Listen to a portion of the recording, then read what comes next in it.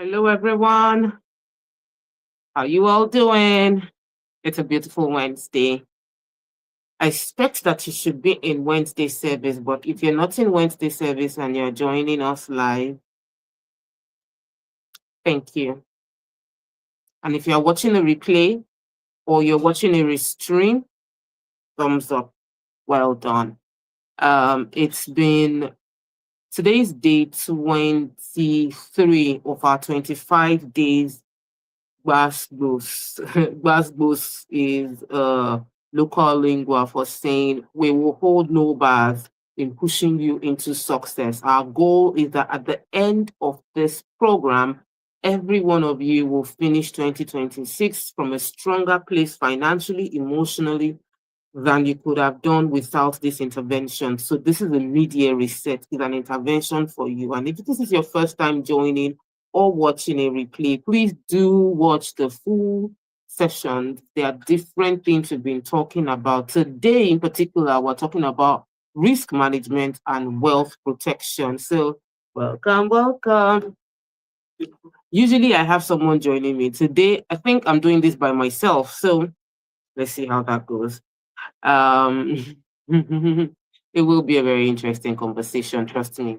I like having someone to throw questions at and banter with, but I also understand the importance of being able to handle whatever life throws at you. And so here we are on this special day, and we're talking about risk management and wealth protection. And there are many tools out there that solve this problem. But what if you don't know why you need risk management? What if you don't know why you need wealth protection? What if in your mind you're looking at it that what wealth do I have that I want to protect? Um, what risk exists that I am watching out for? Hmm.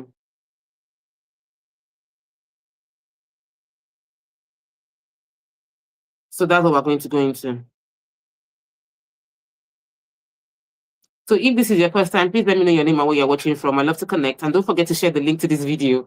So when we talk about risk management and wealth protection, it's always important to define what risk management is all about. And in my head, when I'm thinking risk management, I'm thinking that life is full of many unexpected things happening. In the past few weeks, we've had a lot of flooding within Nigeria, like in Lagos, heavy duty flooding, unprecedented, like never before. We've had flooding that has cost people their cars, cost people their house, electronics. People have lost their jobs.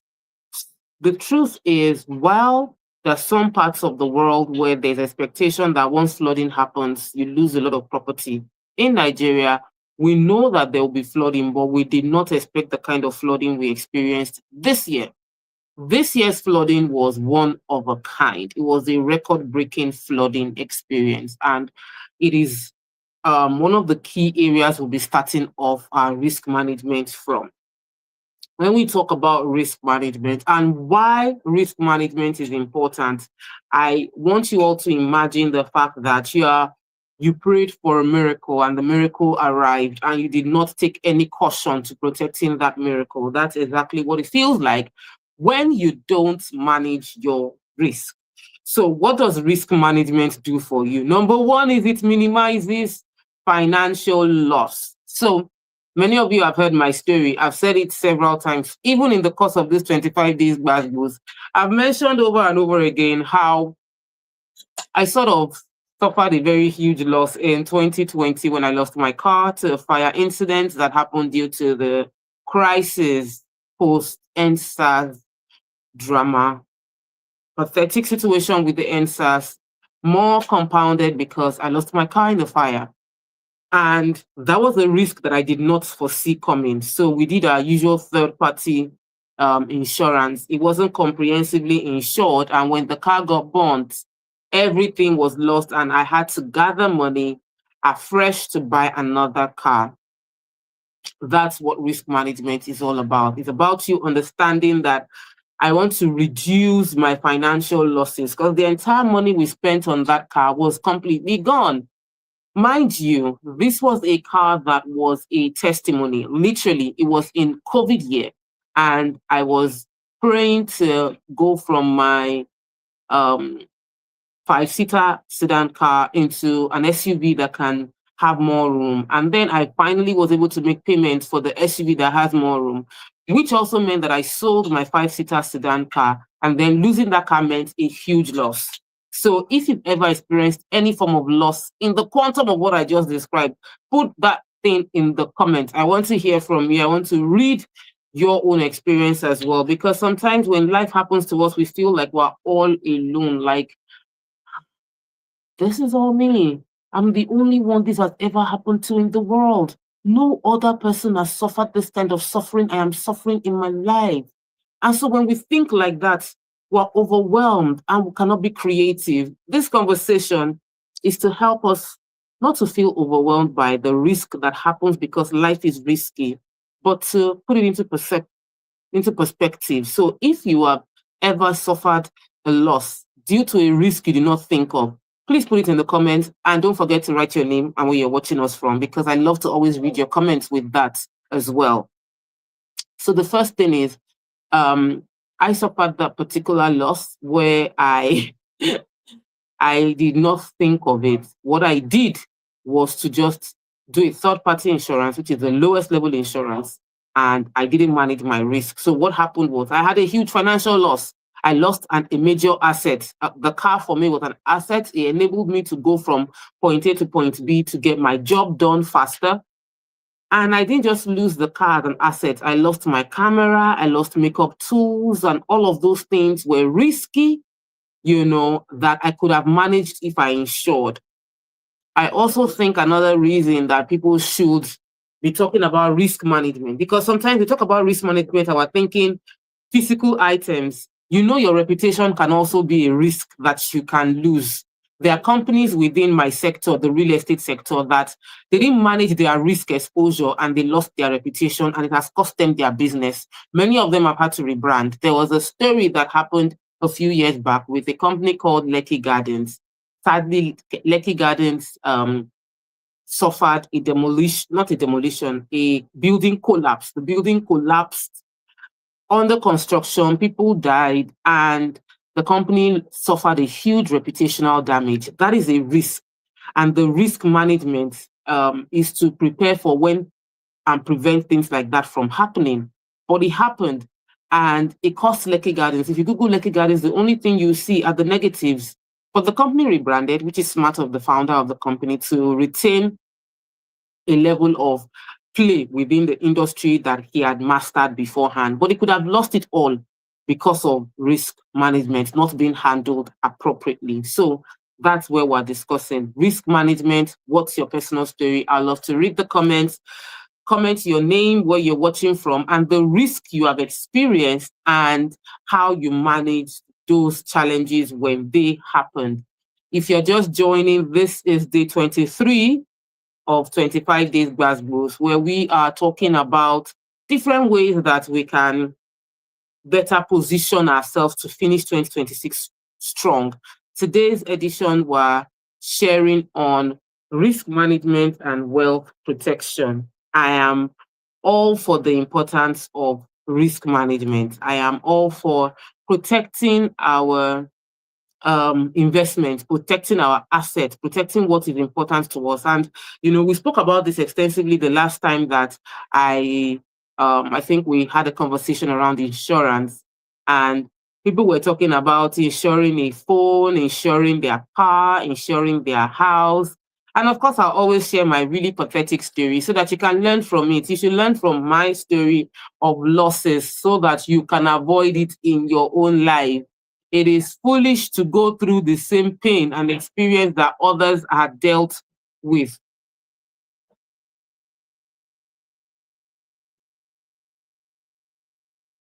So what I'm going to say is, like I said, let me know your experience, how it plays out. I'm checking out Instagram. I'm not seeing any comments yet on this particular topic except just greeting me. Thank you for the greeting. However, I think that we learn more from people's stories shared. I can't seem to, my device is always giving me difficulty with scrolling through comments on the StreamYard platform. So I have to wait until it pops up. Maybe Justin can pop it up. Justin, are you meant to join me on this live? If you're meant to join me, just come on stage, because I can see that you're behind the scene. If there's any reason you are just hiding there, but I'm good to go right now, actually, and I'm enjoying our conversation that I'm having with those that are here online. All right, so I'm going to go straight up into risk management and the different levels of risk management. One of the key things I wanted to drop with you today in our conversation is that you need to understand that risk management is about weighing the threats. What's the threat level? In Nigeria, we don't have earthquakes, we don't have earth tremors. Risk management is to weigh the challenges. What do we have in Nigeria? Bad leadership, corrupt human beings. We have people who are worse than earthquakes. Human beings that the impact of their wickedness is worse than earthquake. So when you are thinking of managing your risk, you need to first identify what is the risk I'm dealing with. I'm not dealing with earthquakes, so I don't need to insure against earthquake. Now, if you live in the part of the world where earthquakes are like your jam in the season, or you're one of those that live in areas where you have tsunamis or you have hurricanes, then you know that you are guarding against those kind of risks. But if you are in Nigeria, where our biggest risk is that customers can scam you, staff will be scamming you, they would inflate cost of products right under your nose. What do? You create a system to manage those risks. So first step in risk management is to identify what are the risks I am exposed to? What are the things that can happen in my environment? Government policy is a major risk. When you go to business school, they'll tell you to use the PESTEL model, where you use political, environment, social, technological. I just said environment. The first E is not environment, actually. The second E that is environment, then you have legal. But for me, what I've learned is that I would rather study and identify all the potential risks, all the uncertainties that I can come across in my business, in my personal life, and adequately confront the reality that those risks exist. Many of us try to avoid that there can be risk. Like, you are playing ostrich, burying your head in the sand, thinking, if I don't believe it, if I don't focus on it, and I am all for positive thinking, it would not happen to me. But guess what? It happens. Life still happens to all of us, despite all our good intentions and our positive thoughts. Life still happens. My phone fell down about 2 weeks ago, and I was in class. So I'm doing this Wella Women Entrepreneurship Leadership Academy by China Europe International Business School. And while I was doing my class, my phone fell at an angle. And this is a new phone. This phone is barely 3 months, and it's a Samsung phone, the latest Samsung. It is not cheap to replace the screen of a Samsung phone. Risk management is to know that your phone will fall down. You are not, there's no matter how careful you are, phones always fall down. Why am I still smiling? Because my phone fell down and I'm not spending millions of naira. It's because I had something called a risk management system called Screen Protector. So when the screens did like pew, I was a bit calm because I knew that pew that happened was my screen protector, not my real screen. And that is why you have to assess what the risk that is available. What are the uncertainties? That my phone will get lost?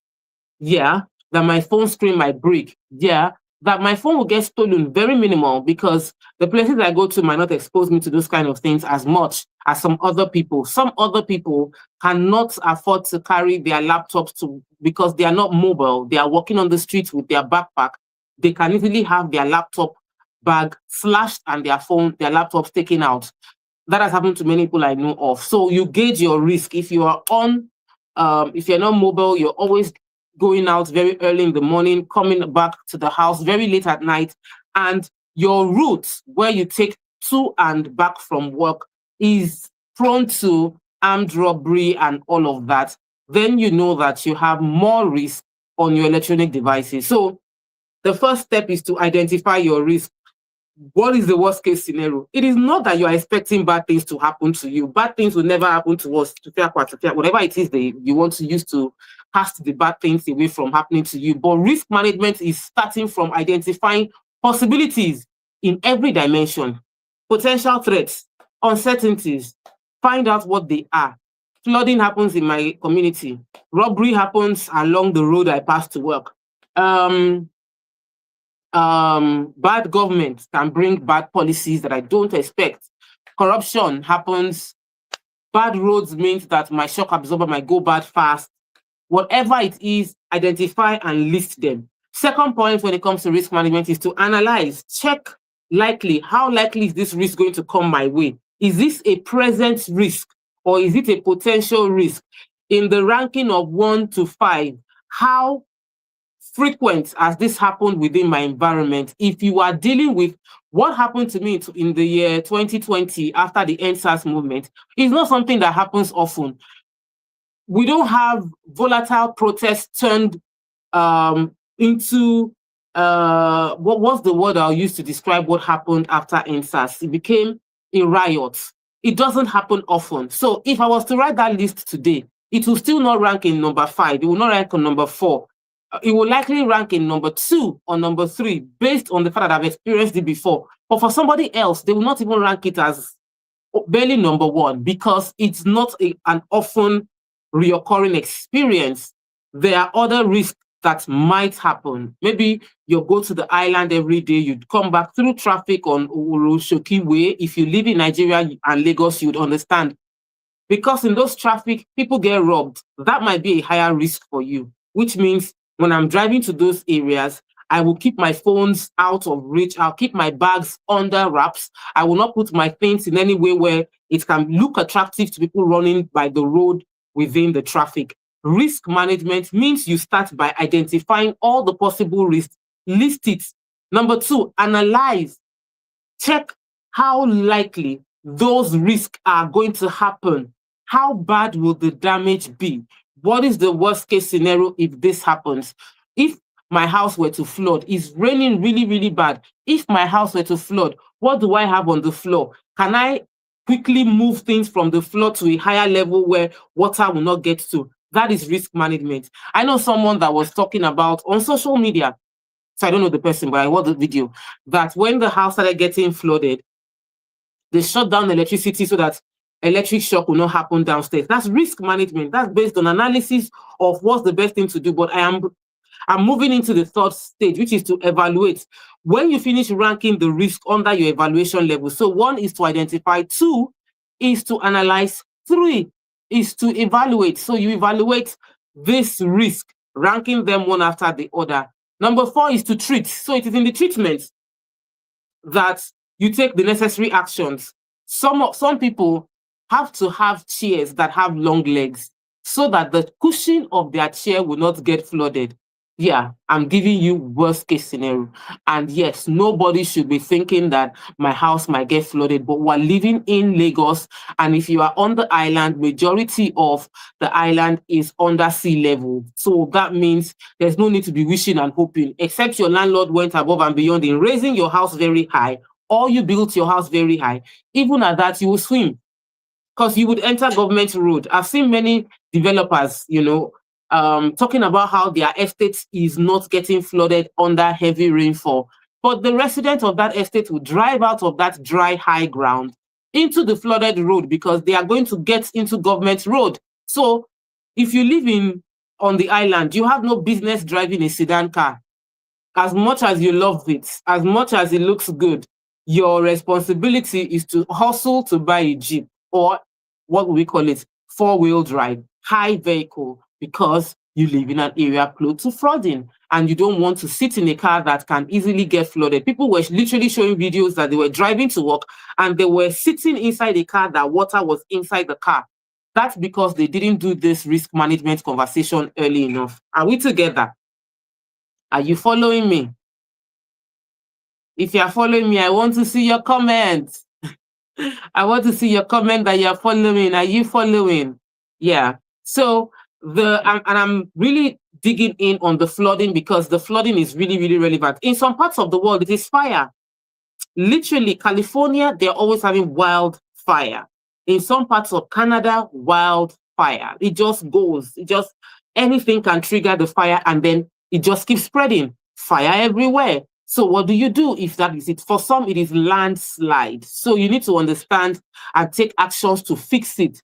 Some people in California, when they had the last really fatal wildfire experience, you know what happened? People lost their lives because they did not do risk management. They did not check to be sure that, okay, I know my house is prone to, I'm in the area where you have wildfire, and is already happening in some counties or some communities away from me. You know, where we keep hoping, ostrich model, you bury your head in the sand, it won't get to me, I have faith, I'm praying really hard.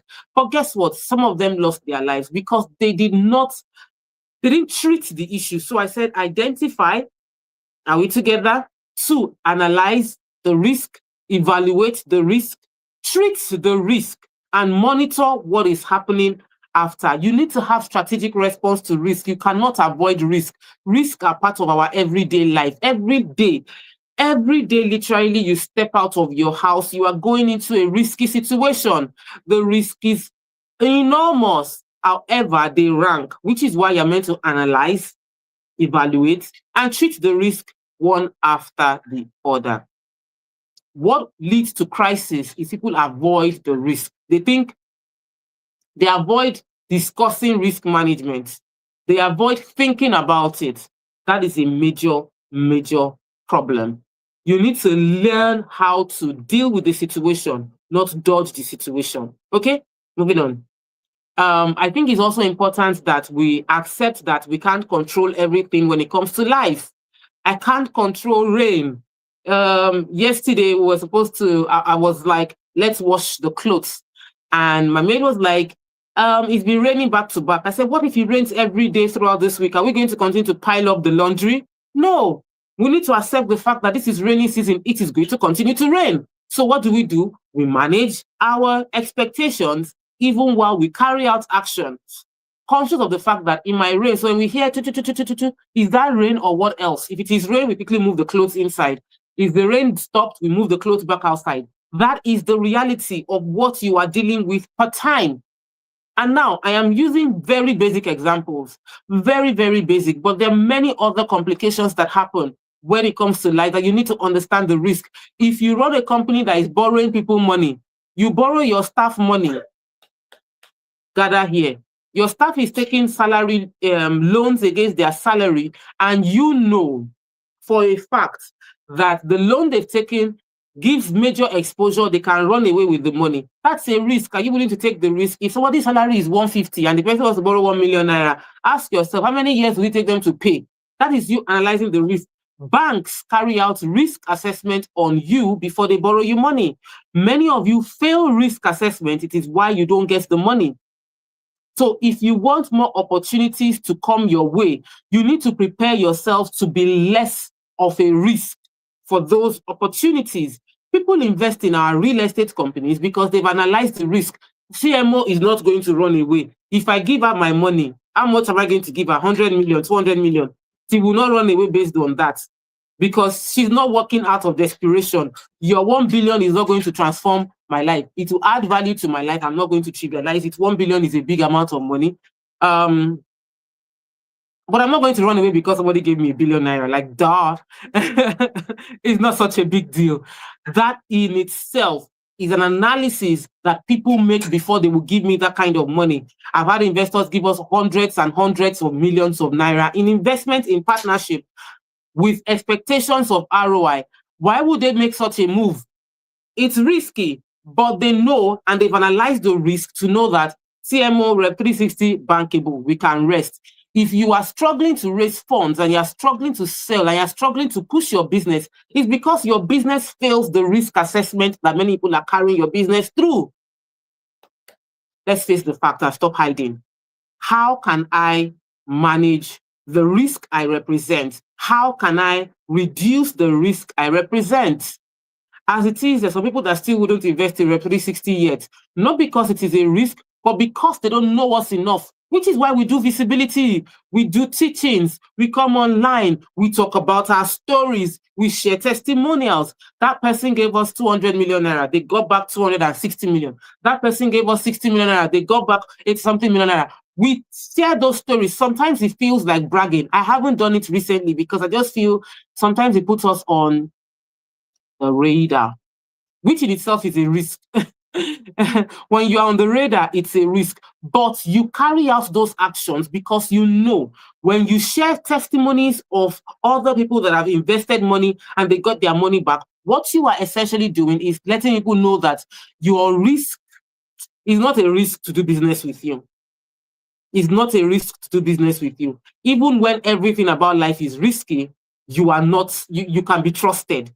So you are guarding your life against risk by checking, analyzing, managing, treating. You are also guarding yourself to be conscious of how risk prone am I. If I'm going to be employed, will people think I'm a risk? Do you de-risk your core employees? Do you de-risk them? What's the worst thing that can happen? What are the precious things you have in your house that employees can take?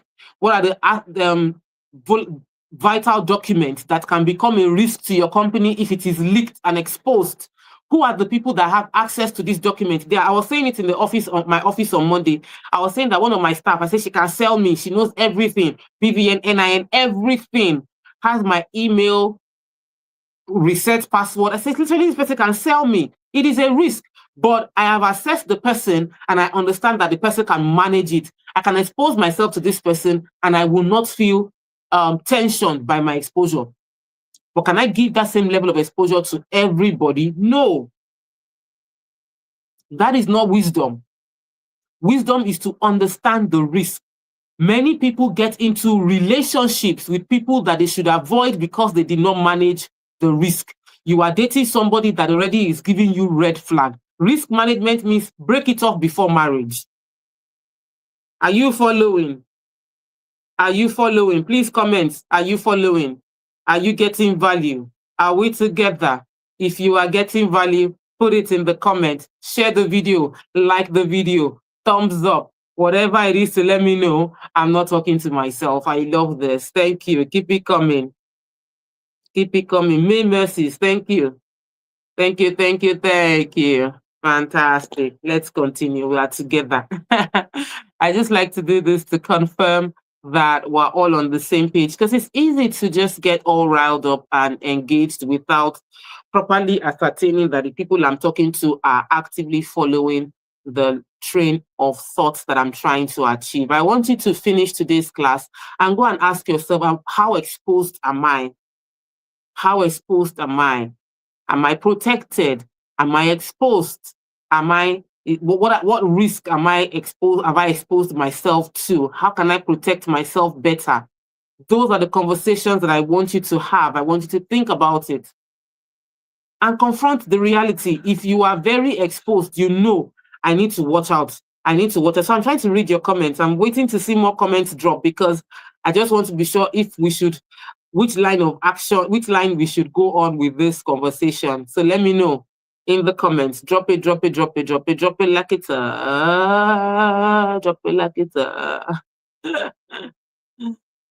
that I know that we're together.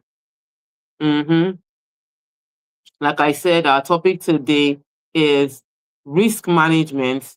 We're discussing risk management and we're discussing risk management at the same time as we're discussing wealth protection. I've spent the past 30 minutes discussing risk management because it's extremely important. But there is also room for us to engage in the matter of wealth protection. And whenever I'm talking about wealth protection, I always like to say that wealth protection is mainly a conversation around, many people will call it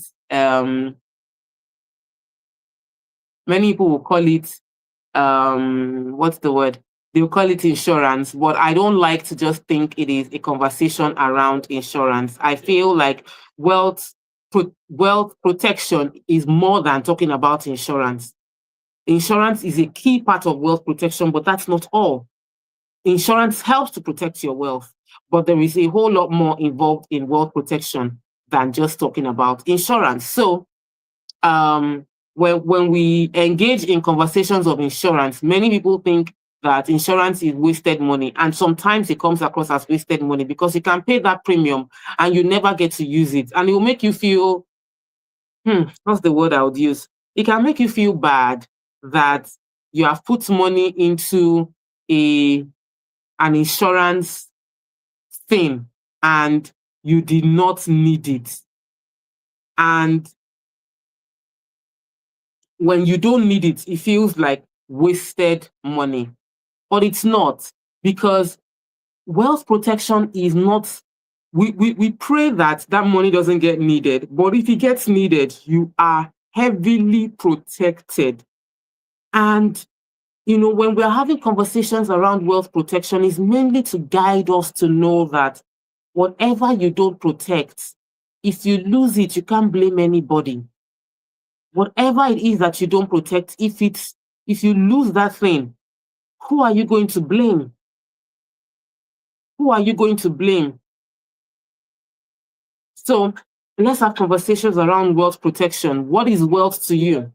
Your health is a key part of wealth. I say that the most important wealth is your health. So a few days ago, it was not a few days ago, it was just today, I was browsing on Amazon about some drugs, multivitamins, some health intervention, drugs, medicine. That's the only way to say it. Medicine that I wanted to buy. And my son came in and he was like, how would you spend $200 on buying this medicine? And I was like, this medicine is about my life. It's about protecting my health. It's about protecting, and it's worth that expenditure. I would use anything to protect myself. I would use anything to protect my life. I would buy, no matter, I will spare no cost to protect my health. Because if I fall sick, I will spend more money on treating the sickness. So why don't I spend money to prevent the sickness? Why are you doing dear? So the person I'm talking about is listening to the conversation and is looking back and saying, because I'm making him example, but nobody knows you. Yeah. So I can use you as example. Yeah. You like fame. Don't like fame. Fame is a risk. Fame is a risk. Fame gets into your head if you're not careful, and you start thinking you are all that. But the conversation he had with me was on how much is too much to spend on your health, because the first level of wealth is your health. If you are not healthy, there is nothing that you can acquire as wealth. Life is more important. Health and strength is more important. Over the past few days, I've been showing up live here, Monday, Tuesday, this Wednesday, but I have been struggling with chronic fatigue. I've been having terrible body pain. My back has been hurting. My body's just been paining. I've just been so uncomfortable. I've been so fatigued. I've just been sleepy, tired.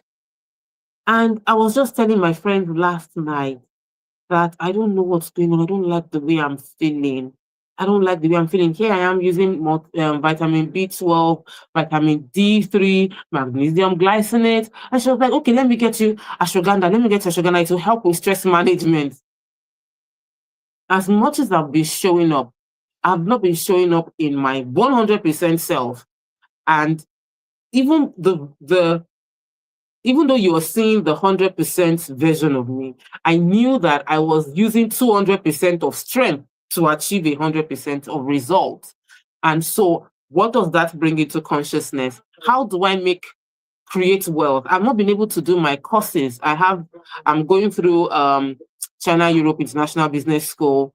I have assignments. Assignments were collated. I'd already done the assignment. My PA was collated the assignment. I was meant to read through everything. And I couldn't read through it until today when I started feeling better. I just read through it today. And I was like, I read a bit yesterday. I started reading again today. Why? How do you pursue wealth creation if you don't have health? So the first key thing that I would say when it comes to protecting your wealth is to protect your health. The best way to protect your wealth is to protect your health. I said it again. The best way to protect your health is to protect your wealth is to protect your health. It seems like a tongue twister, but it's extremely important that we learn, you learn, and you learn. And you learn how to protect your health by studying around it. You know, it's similar to where I came from when I was talking about learning and making a list. The same way you manage risk is the same way you manage your health and your wealth, is by analyzing what are the things that can go wrong with my health. As I get older, what are the things that can happen to me? How do I prevent it? How do I protect myself? If as I'm getting older, I can lose muscle mass, I do more exercises, I carry weights. Why? Those are ways by which I am able to protect my health. If I know that as I'm getting, and that is from analysis. It's from analysis. So remember what we said when we are talking about risk management, that you have to identify what are the possible things that can happen to my money. If I leave money in the bank, how strong is the bank I'm putting my money in? How much money can I put in OP? Where will I put most of my money? Am I going to put it in the major banks, the Zenith, First Bank, Access Bank, UBA, Providus, what other banks? So I look at the banks and I tell myself, okay, I can decide to put more money in the banks, or I put more money in microfinance bank. How strong is the microfinance bank? What is the checks of the microfinance bank? How protected is my investment if anything happens? Wealth protection means that you confront the reality, and you confront it by identifying all the potential crises. What are the potential crises? You need to identify them. You need to look at them and think about them. So if this thing goes wrong, there are many risky investments that many of us are doing. You just see online, equity fund, money market. This one, I made 100% I made 50% in the money market, and then you gather all your life savings and throw it into the money market, or you throw it into an equity market where they wrote there, high risk investment. You throw in all your money into it. That's not wealth protection. That is you deliberately throwing your money away. And so I always ask people, think clearly about it before you do it. You need to be sure that where you are keeping your money is a place where you can go there. Like, I have reduced my dollar savings within Nigeria, and I'll tell you categorically, I spend my dollars that I have in Nigeria. I don't save money in dollars in Nigeria anymore, because I have been disappointed several times by big banks. You will go to the bank to withdraw your money and they will say they don't have access. You enter the bank and be like, I want to withdraw my dollars, and they'll be like, oh, wait, we don't have enough money here. Like in a Nigerian bank. And sometimes you will go 2 or 3 times to withdraw barely 50% of the money you saved there. So in my head, I thought about it. Since I do business internationally and I have several bank accounts across multiple countries, which is something you should do, is a part of wealth protection. When I talk about you buying a property in Dubai, it is because I want you to protect your wealth. Because the best way to protect your wealth is to have multiple places where you can keep your money. If your entire money is locked in Nigeria, if government says bang, bang, bang, you are done. So how many accounts do you have outside Nigeria where you can keep your money safe? Wealth protection. Oh my God. Oh my God. It's because you don't have plenty money. Wealth protection. You need to intentionally protect your wealth. You protect it by ensuring that you have international cards. I've traveled and I've had to use my UK or US. I tried Nigerian banks, brought out like 4 banks, and I'm not saying regular bank cards. So I'm saying Visa card, not MasterCard. I'm saying platinum cards. I'm saying cards that are supposed to give you higher privileges, and they did not work. And then I bring out my regular Bank of America card, and it's a lifesaver. Why is it important for you to protect your wealth? because you need to diversify and diversify where you are keeping your money. So where are you keeping your money? Where are you saving your money? Like I told you, I've tried putting money in, like I've reduced. They've disappointed me too many times. Whom and who do you tell your success story to is a risk. Who you tell your success story to is a risk. I understand. Because, yeah, not everybody smiling is really happy for you. Not everybody smiling is really happy for you. So for me, I'll say that that is a risk. You should protect who knows what you're celebrating. Who knows what you're celebrating? The things you're celebrating, keep it private unless it is something that is open, is public, like it's open to everyone. At that point in time, you can then make it public. But before then, I'll tell you, keep it private. Keep it private. Thank you. Verify the risk, analyze the risk, evaluate the risk, test the risk. Love that. Love that, love that, love that. I love, love, love. I love that you're following. Well done, well done, well done. Thank you for following. All right, we shall continue with our wealth protection and why wealth protection is important. You know what I said about the idea of wealth protection starting with protecting your health? That's number one. The first wealth protection is to protect your health because you are the machine that is producing the money. And so if anything stops that machine from functioning, there's a crisis. That's number one. Number two is to spread your cash. Spread your cash. Diversification. Oh my God. Spread your cash. Your cash should not be in one country. I know. Because for some of you, the only thing you can think of is Nigeria. And I am totally, like I am coming to you live from Nigeria, but my cash is not only in Nigeria. Spread your cash.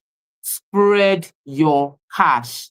Spread your cash. Spread your cash across countries. Spread your cash across continents. Because I remember when Dangote was saying that at a point in time, he dropped from being the richest man in the world. And that was because his wealth was domiciled in Naira. And because his wealth was domiciled in Naira and the government in 2023, I think it was 2023, devalued the Naira, crisis happened to Dangote. His value, he dropped from being the number one to number two in Africa. And his money lost a lot of value within 24 hours just because the largest portion of his wealth was tied to the currency called Naira. And I am 100% very vested in Nigeria. Even though I have investments outside Nigeria, I am building my wealth in Nigeria. I diversify outside the country, but I build within here a substantial part of my wealth. But here's the thing, even if you are building in America, even if you are building in Canada, if you are building wealth in the UK, if you are building wealth in Australia, regardless of anywhere you are in Europe or around the world, even in Asia, you should be diversifying your cash. Spread your cash. You shouldn't have all your money in your currency alone. So yes, dollar is strong. Dirham is strong. Kuwait has one of the strongest currencies. Saudi Arabia also have a strong currency. The pound is strong. Euro is strong. Whatever your currency is, it shouldn't be the only place you keep your money. That shouldn't be the only denomination. It might look like it's no money. It doesn't make any sense for you to earn in pounds and have cash in Naira. Wisdom. Wealth protection. Wisdom.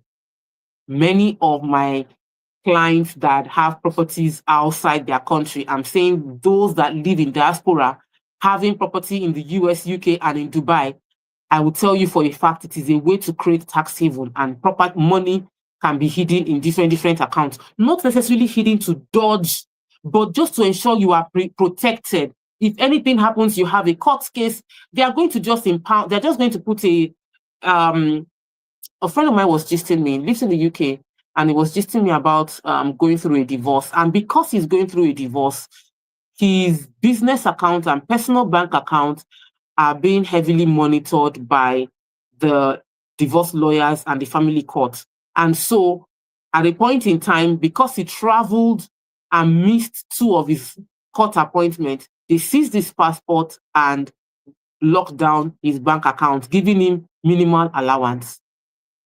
Thank God he had Naira. Thank God he had Naira. Guess what? He had to fall back on the Naira while the court case was going on in the UK.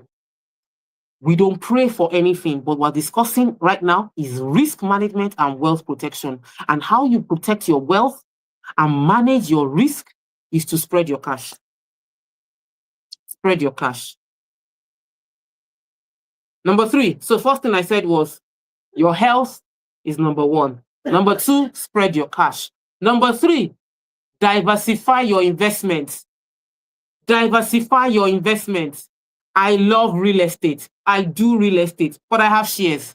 Just today, I just tried this evening during trading hours.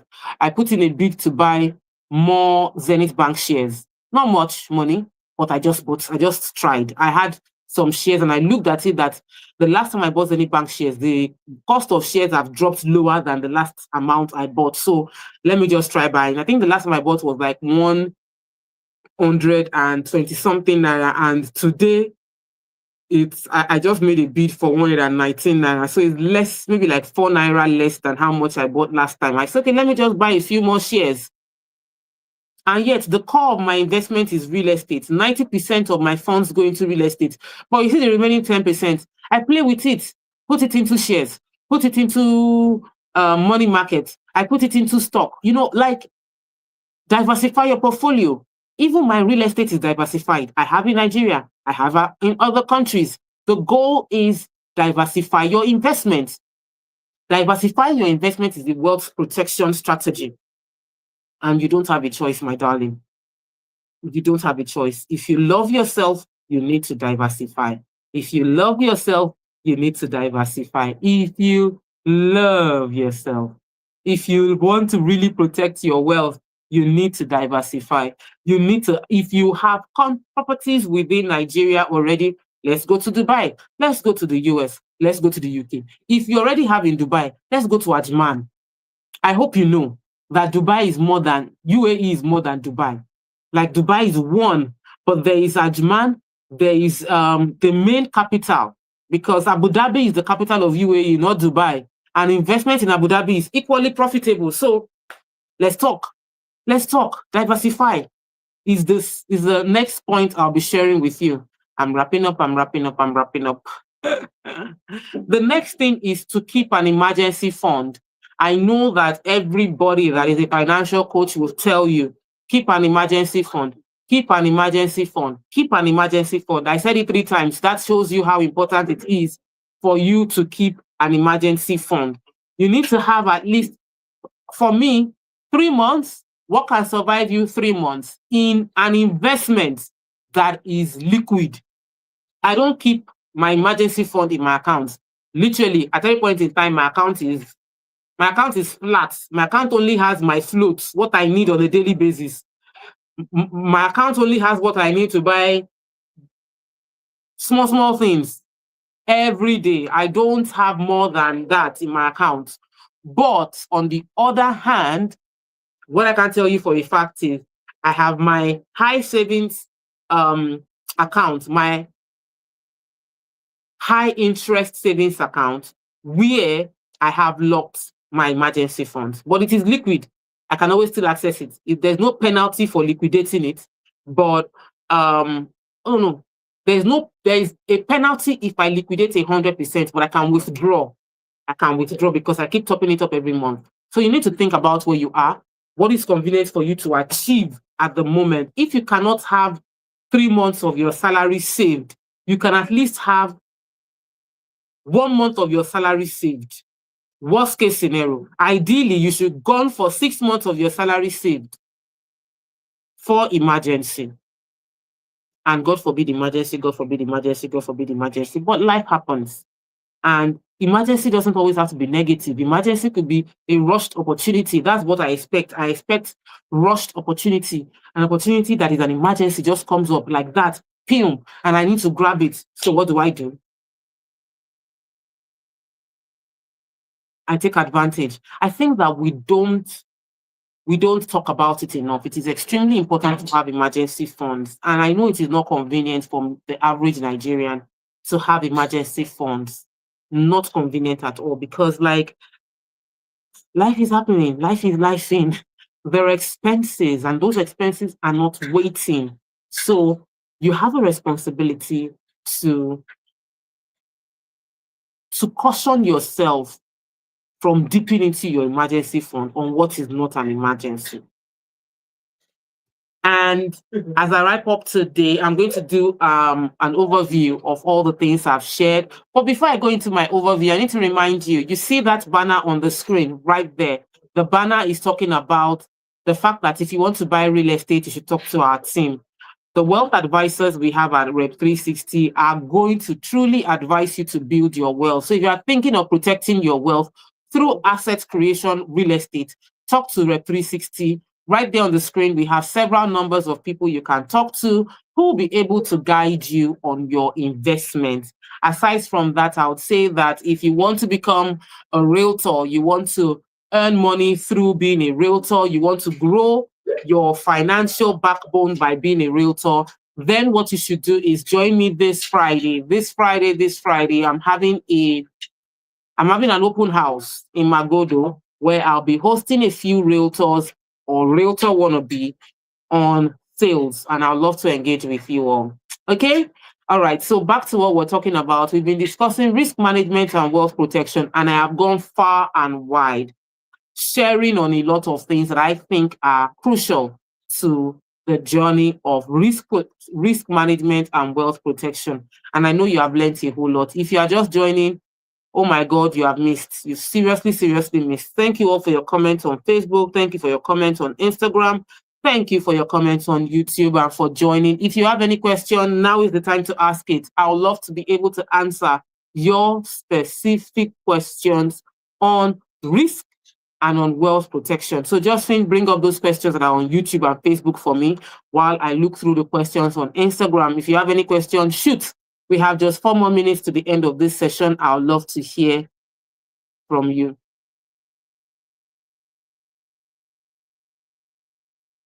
Ask your questions. And if you want to become a realtor, don't forget, talk to Antonia. Antonia gives you the plug to become a realtor. Being a realtor was how I grew. I earned millions and millions in commission as a realtor. That's the truth. It was my first step towards financial stability on my journey towards financial freedom, because majority of Nigerians are in financial crisis. That's the truth. Majority are in financial crisis. And if you want to get into financial stability, it is to increase your earning capacity. And how I increased my earning capacity was to become a realtor. And I learned how to sell. And I am going to be teaching how to sell one-on-one free class on Friday in Lagos, in Magodo. You can register, join us, talk to Antonia. You can join us virtually as well, but I always feel like the physical interactions are more powerful. Do you have questions? Do we have questions? Do we have questions? Any question? No question. You are so good, powerful students. I think the more powerful students are the students that ask questions though. But that's because I like asking questions. I think that the more questions you ask, the better quality of will I say the better quality of life? No, I don't want to say the better. The more questions the more you get comfortable with asking questions, the better quality of life you will get to have, because questions are the best way to unlock the next level. So thank you. Rachel has a question. What type of insurance or risk protection should individual prioritize to protect their income, health, and assets? If you are in Nigeria, it's different from if you are abroad. If you are in the abroad, depending on the country where you find yourself, talk to an insurance expert. I would advise you do that. I'm not an insurance expert. However, I can share some tips on what I do. I think it's important to have life insurance. I think it's important to have health insurance. I think it's important to have any property that is important to you, insure it as a protection means. any assets, anything that you know. If I lose it, it will destabilize me. If I lose this, it will destabilize me. Insure it.